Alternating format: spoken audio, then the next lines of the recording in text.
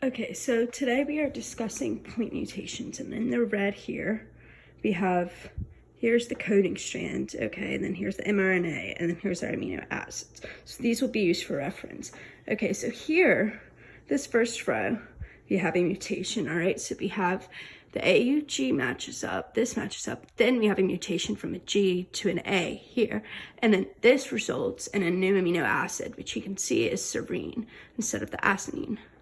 Okay, so now our sequence is different because we have a different amino acid in here. We still have the stop, but we have a different amino acid. So this is a missense mutation over here because one amino acid is turned into a different amino acid. So I think of that as like a circle to a square, different shapes, shift, change, whatever.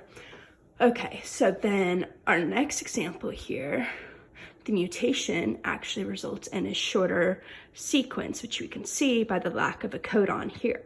Okay, so our stop codon actually is one before what it's supposed to be. So here we have a nonsense mutation, and it's a nonsense mutation because an amino acid is changed into a stop codon, which we can see because it's supposed to be CYS, but it ends up being stop. Okay, so that's nonsense. I think of nonsense as, well, it turns to a stop codon, so we have the stop sign on it. Okay, next mutation, we have an example of a silent mutation, which we can see here, okay? An A is actually supposed to be a U, but it doesn't matter because they still both code for alanine. So we have the same sequence, we just have a different codon. So that's a silent mutation because silent mutations still code for the same amino acid. They just have a different codon. So I think of that as like the twin spider meme, you know, they're twins kind of, but they're a little bit different. Okay, so our last one here, we have the read-through. Our read-through mutation is going to actually change the stop codon into an amino acid. So here it's supposed to be a stop codon. We see that, but it's not, it's tryptophan.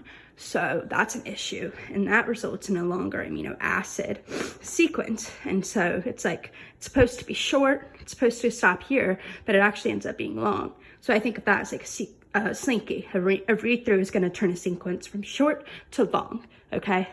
Okay, recall that a transition is purine to purine or pyrimidine to pyrimidine, and a transversion is going to be purine to pyrimidine or vice versa. So our missense, we have an A to a G, pyrimidine to pyrimidine, so we have transition. Our nonsense, we have the U or the T to an A, which is a transversion because it's pyrimidine to purine, which we can also see here in the silent mutation, which is also pyrimidine to purine, so we also have another transversion, and then the last one is going to go from an A to a G, so it's also a transition.